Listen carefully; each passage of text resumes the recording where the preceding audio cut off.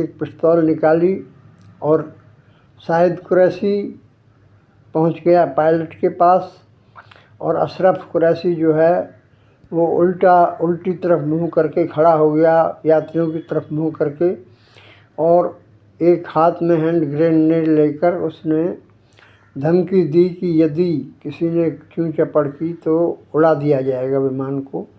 तो सब यात्री शांत हो गए। अब पायलट ने कहा कि इसमें रावलपिंडी जाने के लिए पेट्रोल नहीं है, इसलिए नज़दीक ले जाना चाहिए।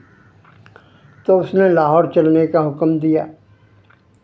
इस तरह से विमान को लाहौर हवाई अड्डे पर ले जाया गया और उसे इमरजेंसी लैंडिंग के लिए परमिशन मांगी गई और उसे तुरंत मिल गई।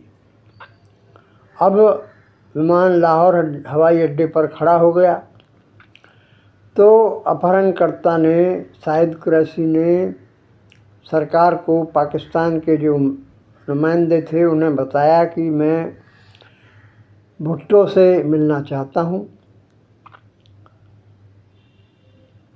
क्योंकि भुट्टो उस समय विदेश मंत्री थे। भुट्टो उस समय मीटिंग कर रहे थे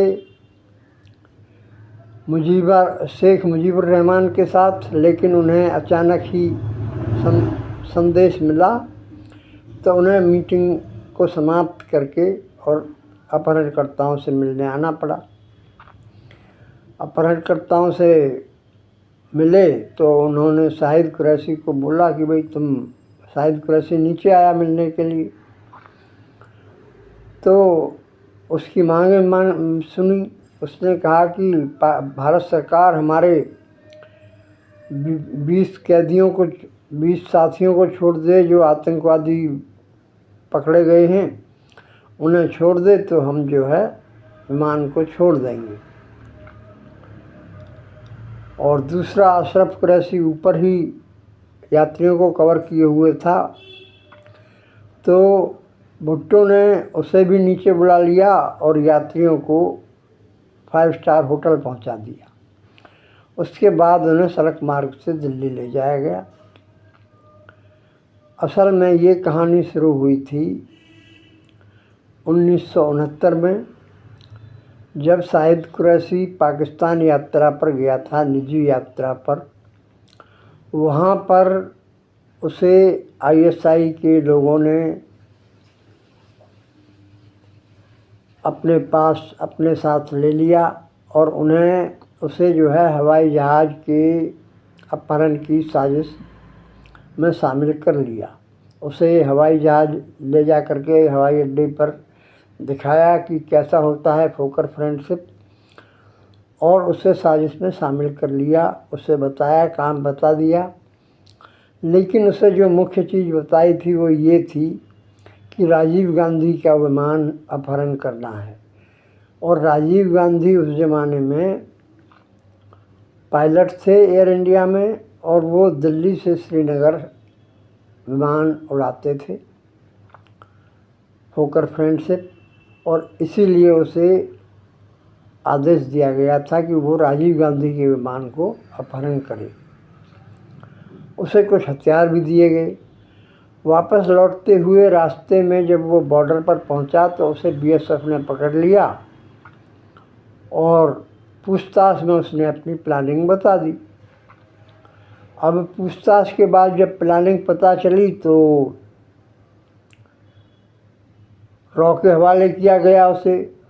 रॉ ने उसे दूसरी कहानी पढ़ा दी कि देखो, विमान तो अपहरण कर लो, लेकिन राजीव गांधी वाला नहीं, दूसरा करा देते हैं,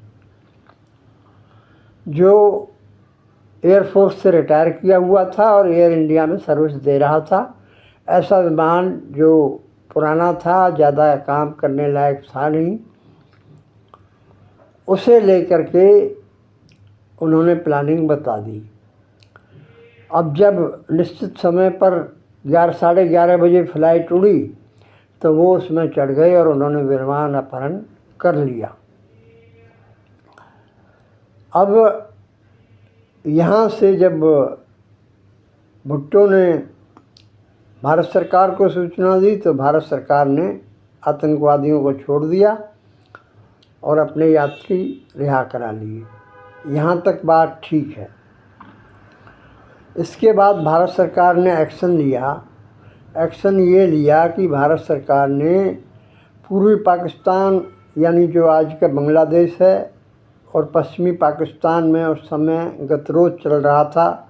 शेख मुजीब चुनाव जीत गए थे लेकिन उन्हें सत्ता नहीं दी जा रही थी, इसलिए पूर्वी पाकिस्तान यानी बांग्लादेश और पाकिस्तान के बीच में नियमित उड़ानें बहुत सारी बढ़ गई थीं और बहुत सारे यात्री आते जाते थे।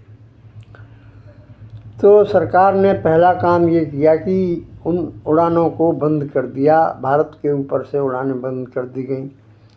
अब वो घूम करके जाती थी, श्रीलंका होकर के जाती थी, वहाँ पेट्रोल लेती थी और पेट्रोल ज़्यादा भी लगता था तो पैसे भी, किराया भी ज़्यादा लगता था। किराया ज़्यादा लगता था तो लोगों की घूमने में भी दिक्कत हो गई, समय भी ज़्यादा लगता था,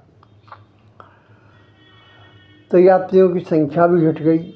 इसके बाद दूसरा ये हुआ कि जब 1971 का युद्ध हुआ तो इंदिरा गांधी ने श्रीलंका सरकार को भी मना कर दिया कि उन्हें यहाँ से पेट्रोल ना दे, और इस तरह उनको वहाँ से भी पेट्रोल मिलना बंद हो गया। तो उनकी उड़ानें बंद हो गई और उसका असर ये हुआ कि उनके बीच में सेना वो इधर उधर नहीं कर सके और 1971 के युद्ध में कोई मदद बांग्लादेश की यानी पूर्वी पाकिस्तान की नहीं कर सकते।